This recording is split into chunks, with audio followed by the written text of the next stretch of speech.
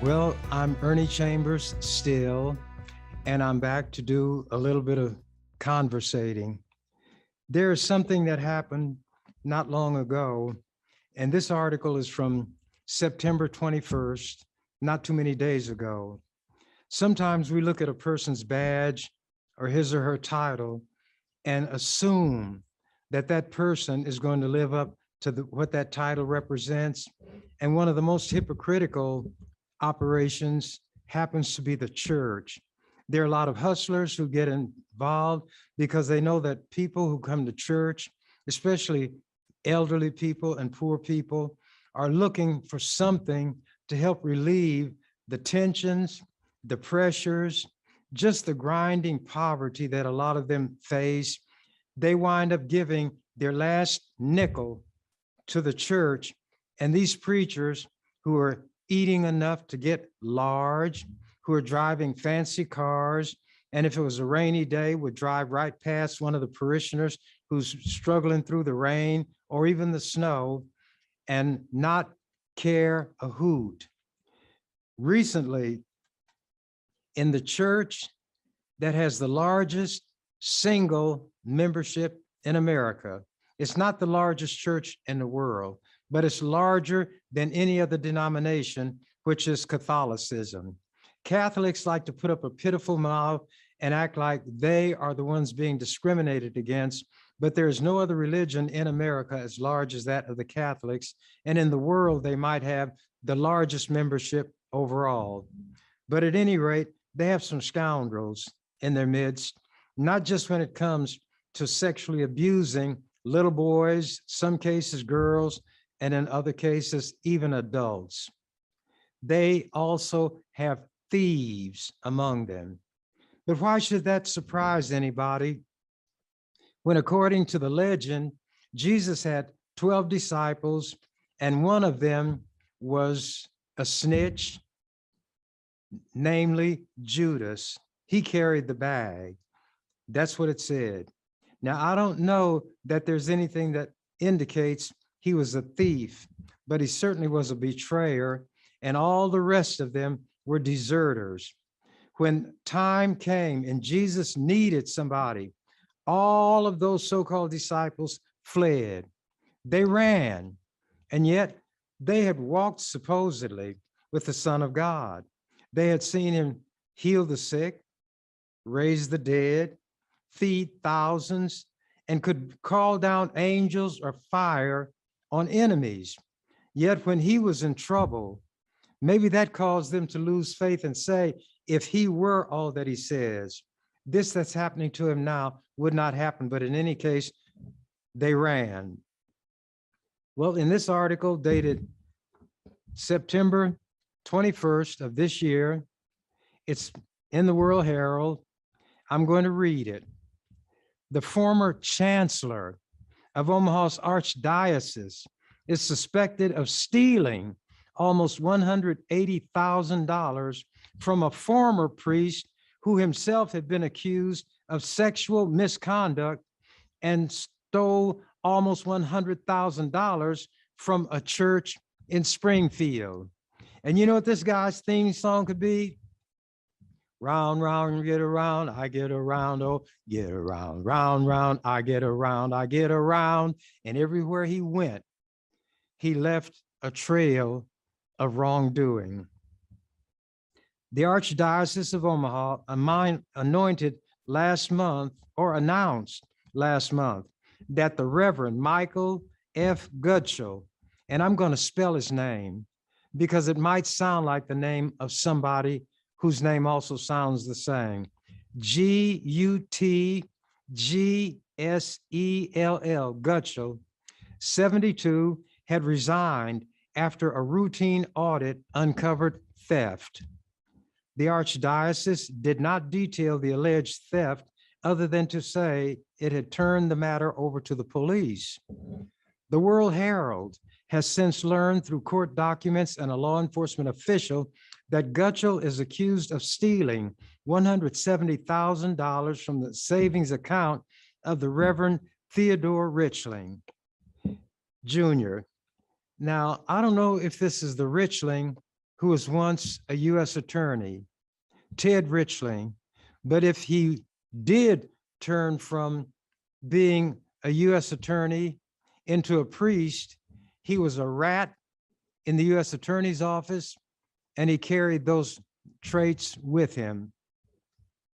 Anyway, he's alleged to have stolen $170,000 from the savings account of Reverend Theodore Richling Jr. and $96,000 from the last parish that Gutschel served, which was St. Joseph in Springfield.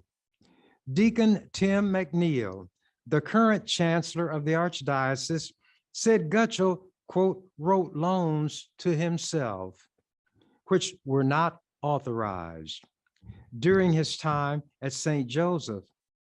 McNeil said the archdiocese recently completed its investigation into the financial records of both St. Joseph in Springfield and St. Cecilia in Omaha, two of the parishes Gutschel served after serving as chancellor.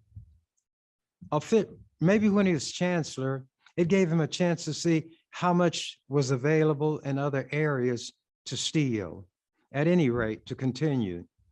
Officials found no evidence of financial wrongdoing at St. Cecilia, according to Mr. McNeil. At St. Joseph, McNeil said he did not know how many checks Gutschel was able to write to himself or how he was able to bypass typical safeguards requiring a second set of eyes on church transactions. The archdiocese is continuing to investigate these matters, McNeil said. Authorities have not said where the missing funds went. Gutschel's phone had been disconnected, probably didn't pay his phone bill, stiffened the phone company even. Anyway, his phone has been disconnected. Attempts to reach him through a relative went unreturned. Relatives probably disowned him, unless they're all locked up in jail themselves. His attorney could not be reached Monday, hiding under the desk, telling the secretary, if it's from the World Herald, don't answer, or tell him I'm not here.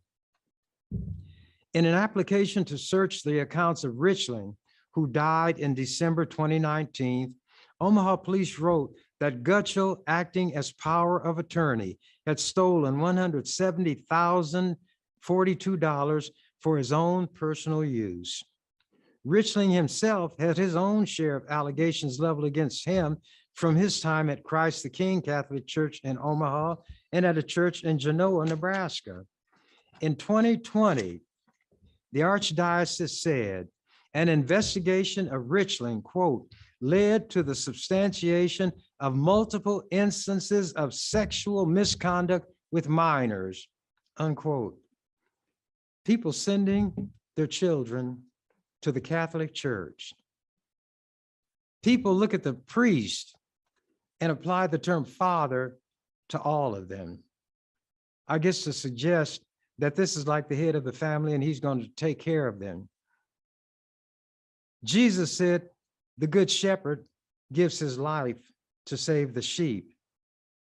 But he also mentioned there are those who come in sheep's clothing, but inside they are ravening wolves. Richling was one of the wolves. Continuing, Gutschel had been assigned power of attorney to take care of Richling in his ailing latter years, including at a nursing home, and was later assigned to oversee the administration of his estate.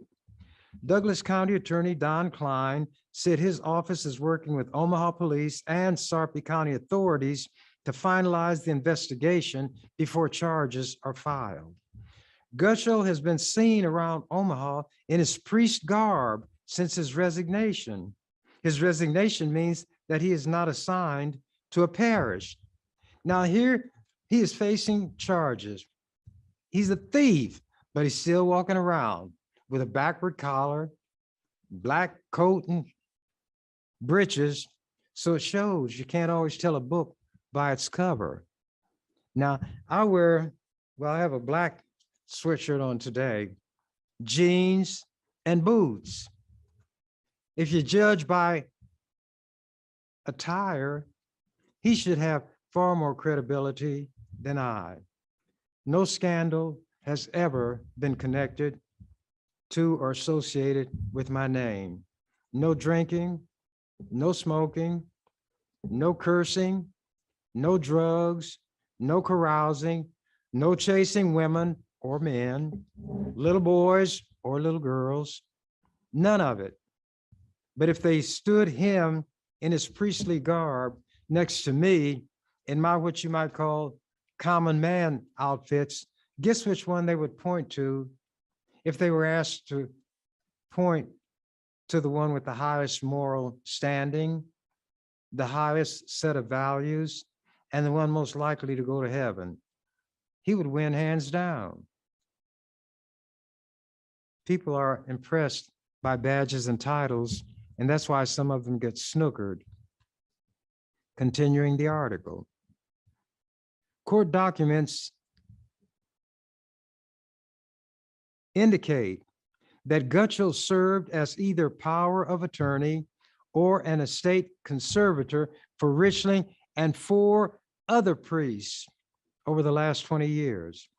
As part of the investigation, Klein said detectives and his office's investigators may look into the accounts of the other priests Gutschel oversaw.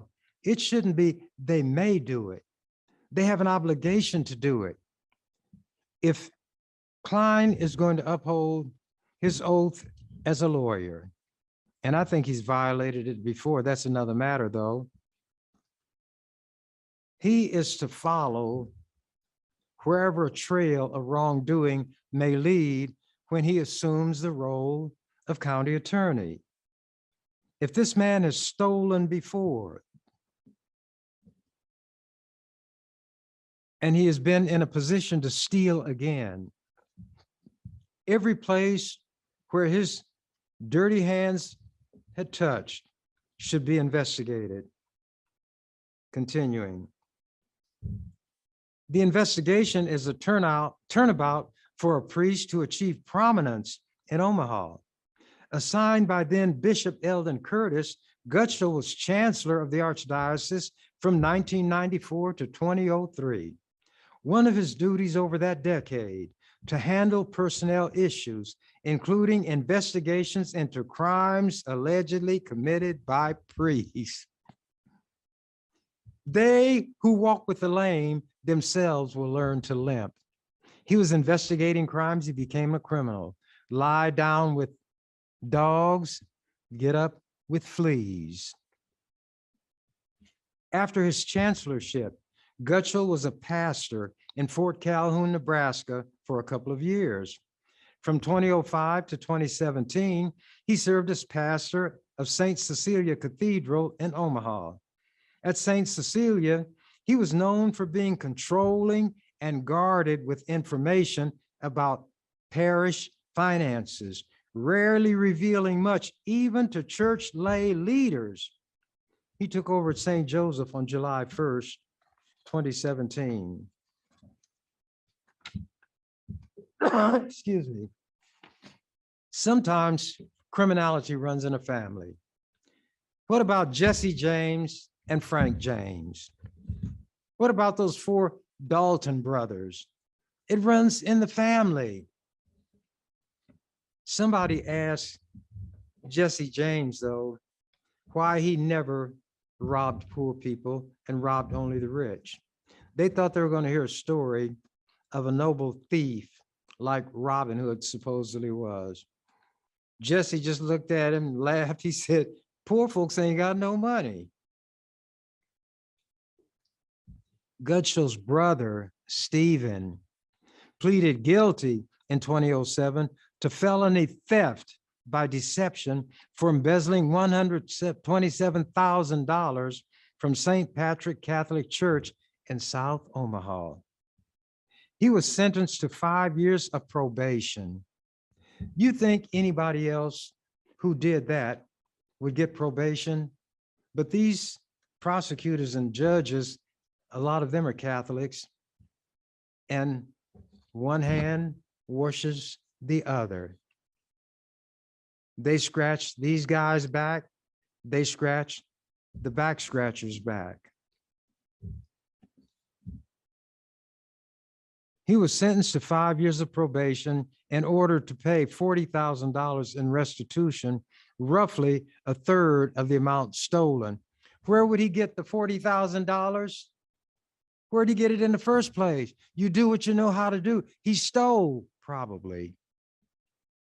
Stephen Gutschall, now 63, paid a little more than $27,000 in restitution by the time his 5 years were up. A judge released him from probation after Archbishop George Lucas said the archdiocese had made arrangements for him to pay the $13,000 he still owed. A law enforcement source said the brothers are now living together. They ought to be cellmates, huh? He's sitting up in his little box with a lattice window so he can see who's coming. Forgive me, Father, for I have sinned. How's he going to forgive somebody? Jesus is the one who forgives, not a human being, but that's the Catholic Church. It's a church of, by, and for men. They do what they please, and they get away with it. Former popes have been implicated in some of the worst child sexual abuse that occurred in the Catholic Church. I won't go into what the last pope had done, but anyway, so much for the Catholics. Now let's get down to you all's American government. The land of the free, the home of the brave. God bless America. And you pledge allegiance to a flag. And that flag salute has lies. You pledge allegiance to the flag of the United States. First of all, they're not united. Pick up the paper, you read, and you hear on the news people say that the country is more divided than ever. So that's the first lie, the United States of America. And to the republic for which it stands, one nation, that's false, indivisible, it's divided, that's 3, with liberty, that's 4, justice, that's 5, for all, 6 lies. Talk to the people who are designated by the letters LGBTQ. Talk to those people. Talk to Latinos, Latinx. And you know, those of my complexion, your and my complexion, have caught hell ever since we've been in this country. And pardon the use of that word, which is used in the Bible more times than I've used it in my life. That's the kind of hypocrisy in this country. And now these racists are against what is called critical race theory, which points out that there has always been racism in this country, segregation and discrimination. Look what happened during the so-called civil rights struggle. Martin Luther King and other ministers getting hit upside the head and put in jail. Little children had fire hoses turned on them. One of the most iconic photographs shows a young Black kid in the clutches of one cop and another one is sicking a police dog on him. Other pictures of elderly women on the ground with the cop having his knee against her chest in America during your and my lifetime. And these racists want to say that you can't teach that because little white kids are made to feel guilty. These kids didn't do anything. They don't feel guilty. The white adults are the ones who feel guilty. But they are always trying to hide behind somebody and blame somebody else and not suffer the consequences of their own wrongdoing. When I was in the legislature, they had never seen a Black man like me. And I turned them every which way but loose. and I challenge them all the time. Do your worst. I would tell them things like, I'm unfair and I'm unreasonable because I'm dealing with people who come down here with a thimble full of brains, and I expect them to produce a bushel basket full of sense. That's not going to happen. They couldn't match me in anything. They couldn't even speak the language of this country as well as I speak it. They didn't know the difference between grammar and syntax, not SINTAX, where you tax wickedness like alcohol and things like that. SYNTAX. The use of words, the arrangement of words. Americans know how racist this country is because they practice it. They know what they teach their children at home, at school, at play. They know of the discrimination in employment because they practice it. And some have seen themselves get jobs that they knew the Black applicant was more qualified for. They know it. But let me read from a white man's newspaper, once again, the Omaha World Herald. And that about the priest was this year. This is from 2006. Notes illuminate Churchill debates. This is from the Washington Post. The British leader disliked America's segregation of Black troops, is a sidebar to the article in heavy print and larger letters. London. British Prime Minister Winston Churchill favored summarily executing German leader Adolf Hitler in an electric chair if captured, rather than holding, quote, farce trials for Hitler and other top Nazis, unquote, according to British news media reports describing recently declassified World War II era documents. Declassified. And that's when the truth comes out. Like this woman wrote a book about Trump and what happened in the White House and Trump's wife. She worked for Trump longer than anybody else in his administration. But when she told the truth in her book, his wife said, well, she is not good at her job, and she did not do a good job, and she is trying to make up for her shortcomings. But she continued to work in the Trump administration until January 5th, the day before that attack on the Capitol building that had all those Republicans running like scared rabbits by Trump's people. And when this woman told the First Lady, as she was called, to talk to her husband about saying something, and they refused, she resigned on the spot. They didn't fire her. That was the last straw for her. And now she has written this book. And one thing that is very telling, and while they were describing this scene as she laid it out in the book, they showed Trump and Putin, his master's voice, together. And Trump had said just before the media came in, now this woman heard it because she's there, she's Trump's right hand. Trump said, now I'm going to have to be a little rough on you in a few minutes, but that's just for the cameras and the public. And when they're gone, then we'll get together and talk like we always do, or words to that effect. Running a scam on all those idiotic white people who still worship him.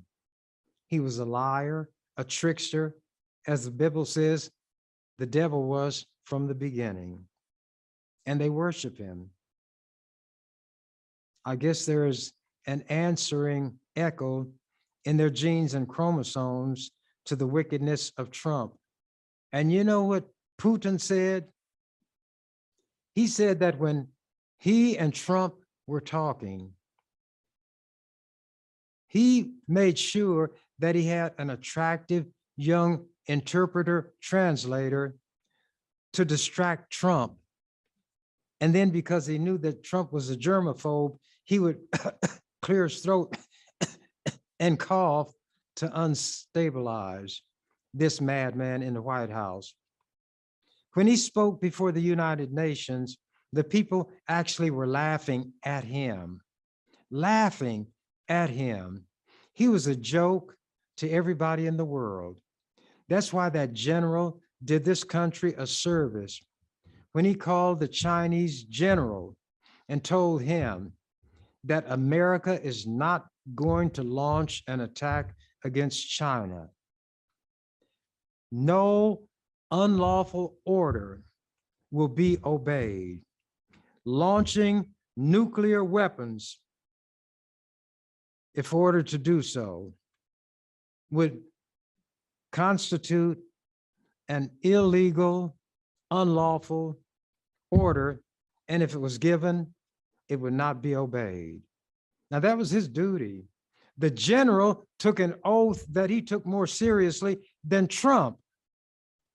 The general, in his military oath, swore to defend this country against all enemies, foreign and domestic, all enemies.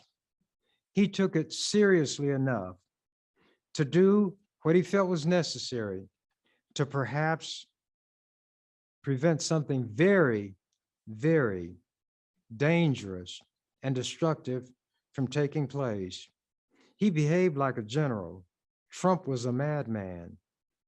Pelosi used the word crazy, and others in the military did also.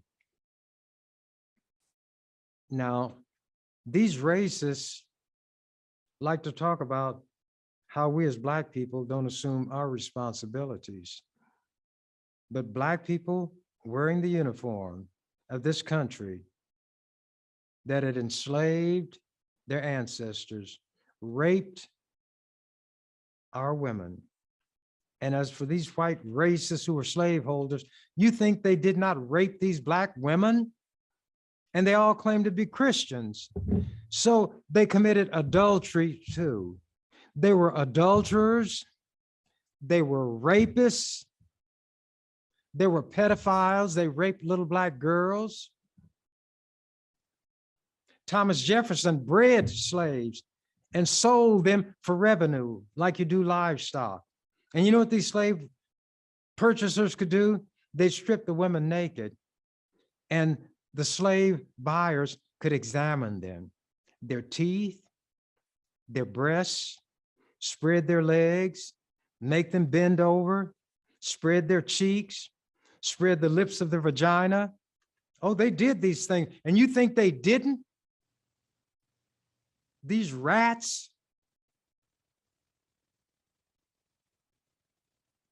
And Black men put on the uniform of this country and went overseas. And they fought the Germans. They helped defeat Hitler. There was one of the death camps that the Black soldiers liberated, and the Jews had never seen Black men before, and they referred to them as Black angels, not subhumans. They rescued these Jews from Christian white Germans who were gassing them, burning their bodies, and burning some people before they died, lining them up along the edge of a trench, down on their knees with their hands behind their back, and would walk up behind each one and discharge a bullet in the base of the skull. And they'd fall into this mass grave.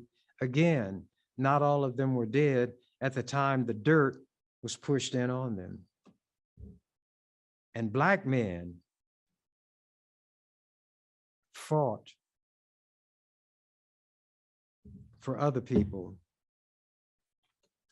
who would not give them the time of day.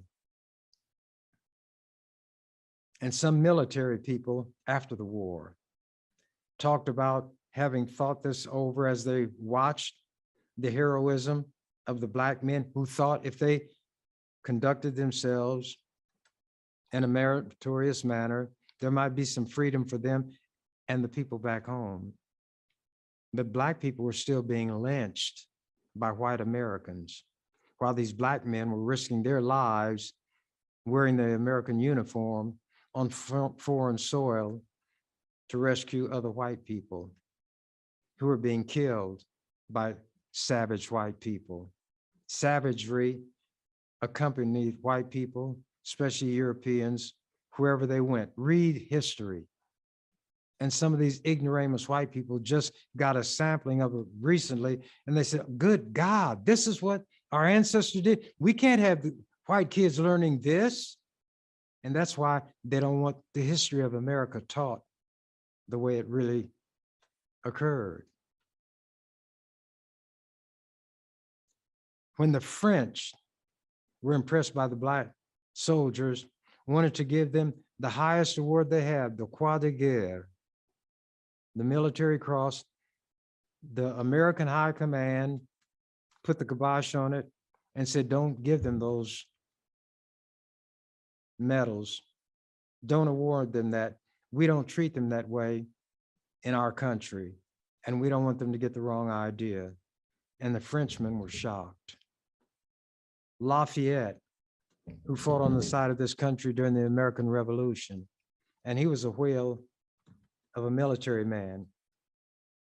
He said when he discovered the slavery in this country, and that after he fought to help free America, and the ones he helped free were holding slaves in the most brutal, corrupt, sex-drenched human trafficking that had not been known in the history of the world before. Had he known that's what was going on, he would never have drawn his sword in the cause of the Americans. Americans don't want that taught either. But it's in the books. They can't burn all of the books. And there are some young white people who are opposed to what these old white men primarily are trying to do to scrub away history, because some of these young white people have been abused by these old white men themselves. But let me read.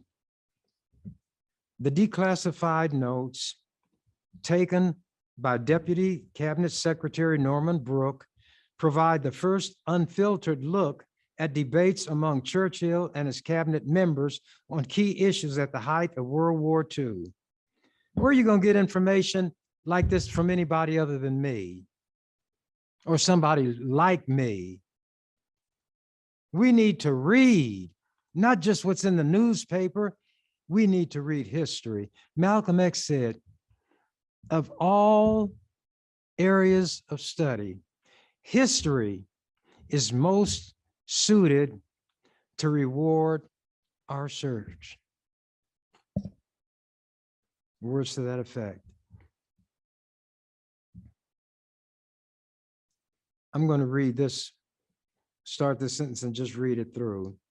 The declassified notes taken by Deputy Cabinet Secretary Norman Brooke provide the first unfiltered look at debates among Churchill and his cabinet members on key issues at the height of World War II. Previously released minutes of cabinet meetings have described discussions in general terms without providing details of debates on matters such as how Britain would deal with any captured members of the senior Nazi leadership. The documents made public at the National Archives also show that Churchill decreed that Britain, quote, mustn't interfere, unquote, with racial discrimination practices in the World War II era US military.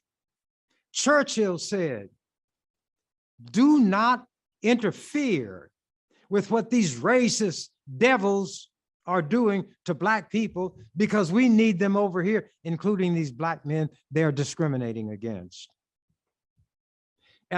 Going back to the reading, at the time, Black soldiers in the British Army, they had Black men in their army. They had a lot of islands and other places where Black people are.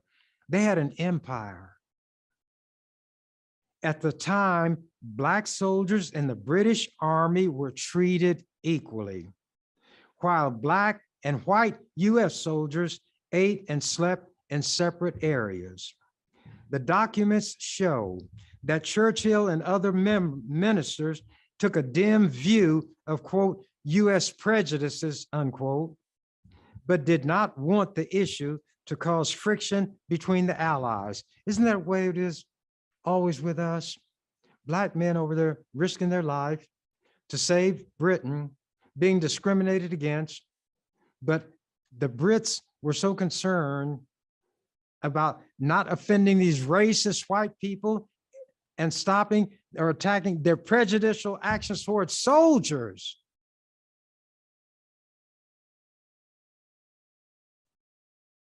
Showed that Churchill told his people, although we take a dim view of their prejudice, they don't want that to cause friction between the allies. Continuing, in October 1942, Churchill told the cabinet that US views, quote, must be considered, unquote. The cabinet agreed to instruct military leaders to respect US policies, not US soldiers who are Black, to respect US policies without allowing them to influence British practices.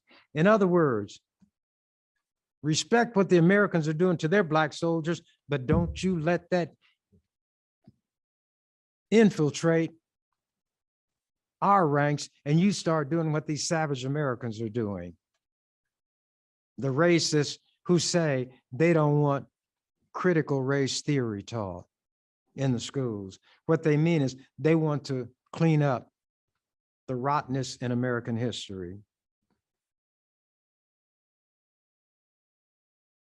But the Churchill officials did advise that British troops should show, quote, a great deal of reserve, unquote, when dealing with Black US troops. You cannot treat them like comrades in arms. You have to treat them, rather mistreat them in the way that white Americans are mistreating their own so-called citizens. But see, the British understand English. They had read the US Constitution. They found, now I'm saying this, it's my words that I'm putting in their mouth. They found no definition of second-class citizenship and third-class citizenship. Either you were a full-fledged first-class citizen or you were not a citizen at all. Since Black people were not first-class citizens, they were not even citizens of America. They were still semi-slaves. What I'm going to do next time is read an item of mine that the World Herald printed, where I talked about some of these sex traffickers, known otherwise as the founding fathers of this country. They might have founded a country, but they didn't find religion. They didn't find ordinary, common human decency when it came to dealing with us. And Black people have shown more loyalty to this country than any other group. No Black person was ever charged with treason. Benedict Arnold was a white guy. His name stands for being treasonous. The white people who've revealed military secrets are not Black. It is difficult to live in this country as a Black person and not go off the deep end and decide to take as many of them with us as we could. But we, in general, have never felt that is the way. I have behaved as a fool. I was in the game by being in the legislature, but I was not playing the game the way they played it. The favoritism, stepping on people who were weak.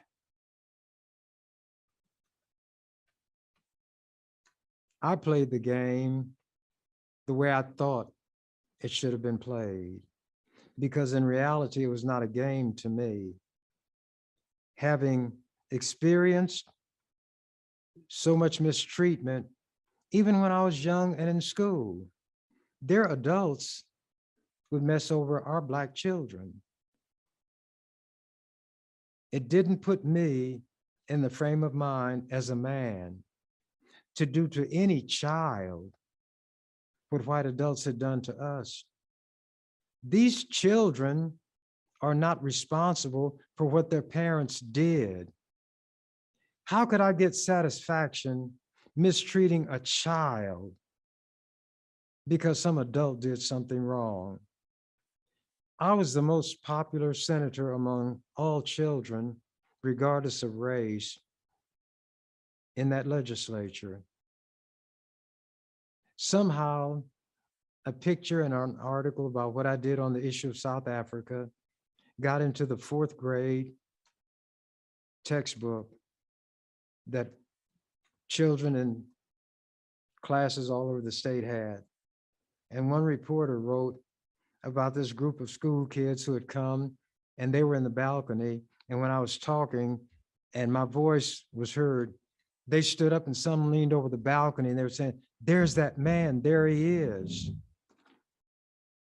One of these days, I will talk about the invitations I had to come speak to white children in school and the difference between the way they reacted to me and the way they reacted to their teachers and the counselors and others who are the same complexion as they, who should have treated them just because they're innocent children with some consideration, knowing that these people who were their parents had entrusted these precious little ones to these teachers and counselors whom they mistakenly thought had in mind to do what was best for these little children. But more and more articles are coming out now in stories about the way these adults are getting into sexual tie-ins to young students. I don't even see how somebody could think of doing something like that. But we have always had to be better than they. And one of the reasons they hate us so much is because we haven't resorted to doing toward them what they've done toward us. And there's a fear also because they think someday our minds might click and we'll realize what they've really done to us and we will do to them what they've done to us. Anticipating how they would behave were they mistreated by somebody in the way they're mistreating us, they take measures against us as though we're actually doing it.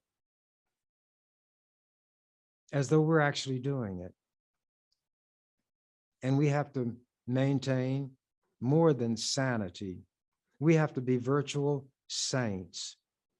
And although I will ridicule Toms and the rest of them, how can I really be too hard on a person whose life could be taken if he dared look a white man in the eye? But there are bitternesses that all of us would have when we think rationally about what has been done and what is being done now, and the boldness with which so-called white educators and their leading politicians are saying, don't teach the truth of American history because we need these little white children to feel patriotic. And what they're leaving unsaid is the only way they can be made to feel patriotic is if lies are told, if we keep from them what this country has been built on, which was the backs of Black men and women. I've said it before and I'll say it again. Frederick Douglass said, physical beauty was the greatest curse for any Black woman. He had seen the cruelty inflicted on these women.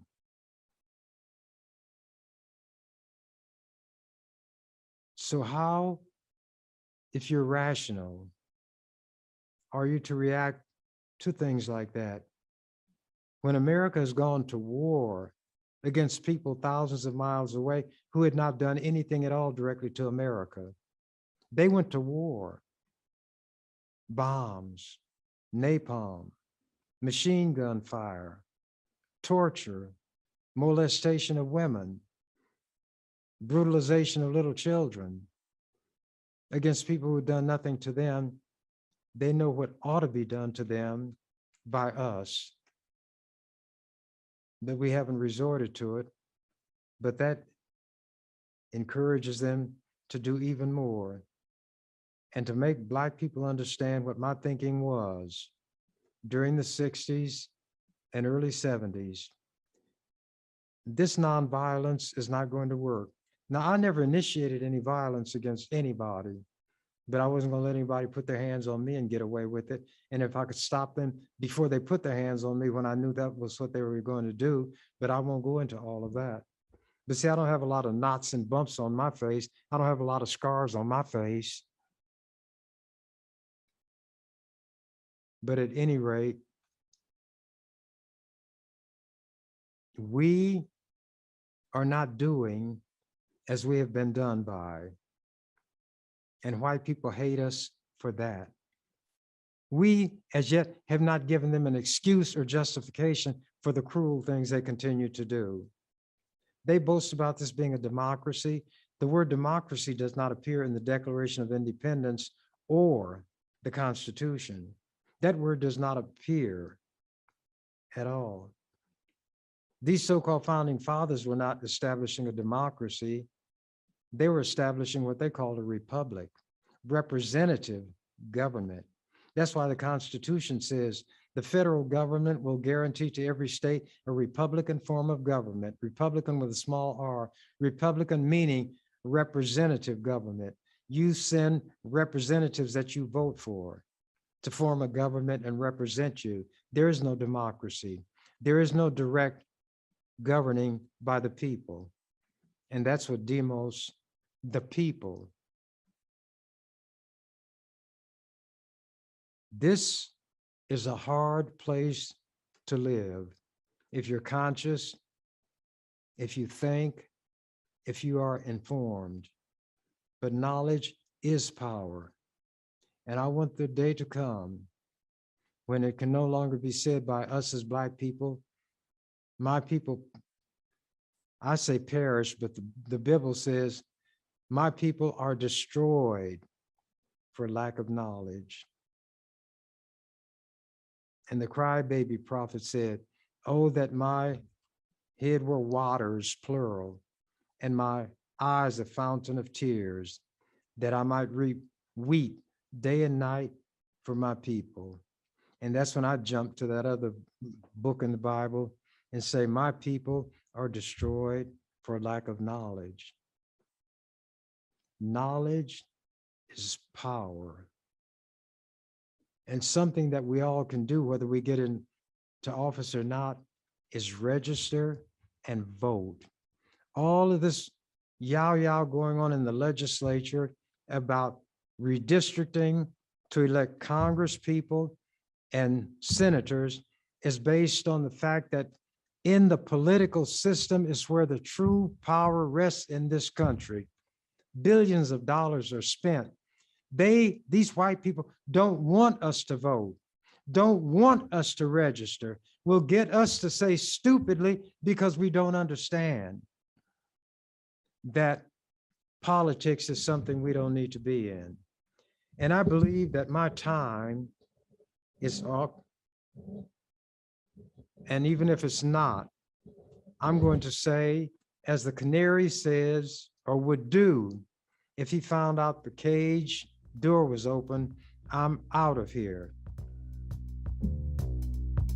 Thank you for watching The Ernie Chambers Show. If you'd like to make suggestions, email us at ewcfacts@gmail.com. That's ewcfacts@gmail.com. This has been an EWC Communication production.